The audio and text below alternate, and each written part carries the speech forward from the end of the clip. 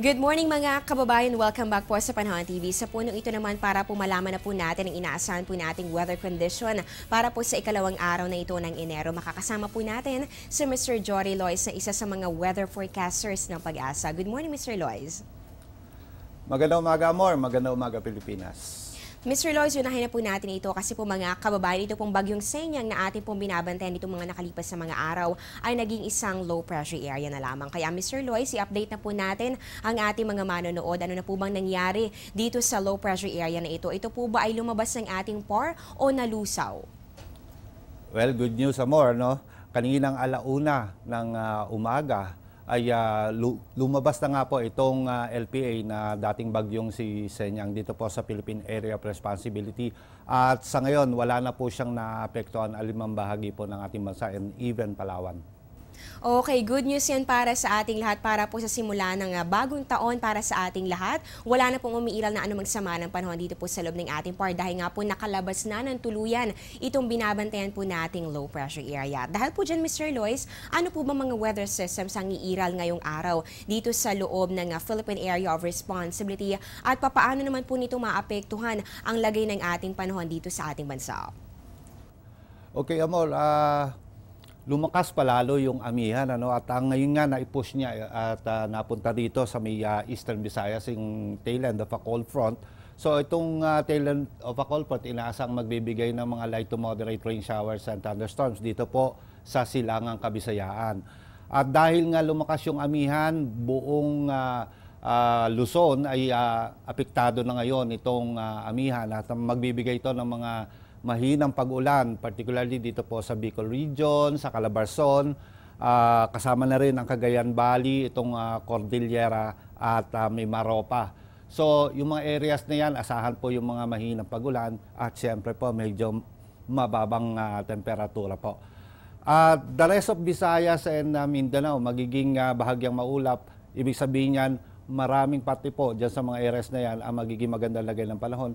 Pero meron po na lugar na kung saan magiging cloudy rin, magkakaroon ng cloudy skies, yan po yung makakaranas naman ng mga isolated rain showers or thunderstorms. So yan po, nabigyan na po tayo ng ideya na Mr. Lois tungkol sa ano nga ba ang mga dapat nating asahan sa mga susunod na oras. At nabanggit nga po niya na sa Eastern Visayas pala concentrated pa rin itong mga pag-ulan at pagkidlat, pagkulog. Pero ito naman pong hanging amihan ay makakaapekto po yan sa malaking bahagi ng ating bansa, partikular na sa malaking bahagi po ng Luzon. Kaya asahan po natin ang malamig na panahon, pero syempre meron pa rin po chance sa mga maihinang pag-ulan. Kaya be ready pa rin, magdala po kayo ng pahin kung kayo po ay lalabas ng inyong mga tahanan. At eto naman po, Mr. Lois, dahil nabanggit niyo po kanina na lumakas palalo ito nga northeast monsoon. Kahapon po kasi ay marami mga baybayin ang napabilang dito sa ating gale warning. Ngayon po ba, ano po ba yung mga kasamang seaboards dito?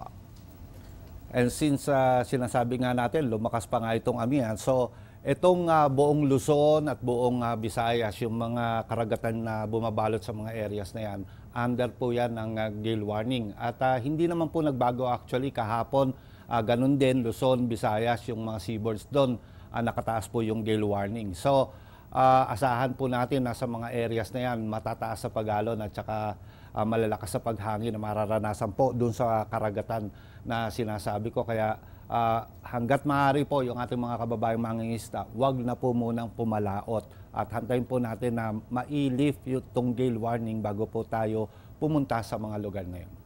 At Mr. Lois, ito naman po bukod po dito sa lagay ng ating mga karagatan, meron din pong epekto sa lagay ng ating temperatura. Ito nga paglakas ng northeast monsoon o yung hanging amihan. So kahapon, sa first day ng taong ito na 2015, saan po ba natin na itala ito nga lowest temperatures dito sa Pilipinas?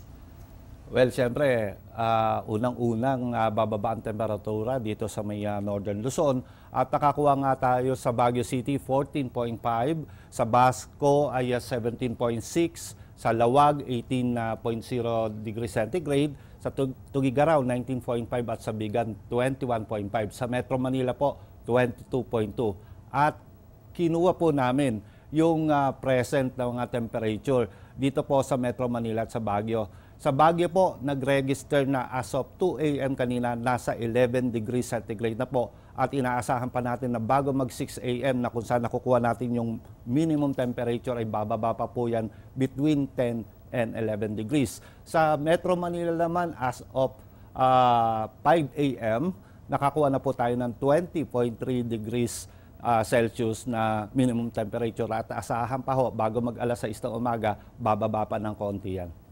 Ayun, patuloy po nating babantayan ang patuloy na paglamig ng ating panahon. Talaga pong exciting yan dahil marami po ang excited na rin dito po sa tinatawag po natin na sweater weather. At yan nga po sa Baguio City, nakapagtala po tayo ng mababang temperatura at ganoon din dito sa Metro Manila na umabot lamang ng 20.3 degrees Celsius. At nabanggit rin po ni Mr. Lois na posible pa nga mas mababa pa dyan ang maitala natin sa mga susunod na oras o kaya naman ay susunod na araw, lalong-lalo na po kapag umaga.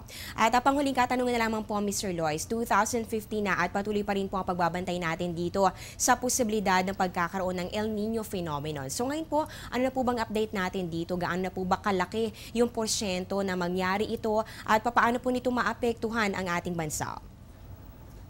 Amor, walang naging pagbabago sa mga assessment po ng ating mga climatologists. Nasa 65% pa rin yung pagkakaroon o pwedeng pagkakaroon ng El Nino.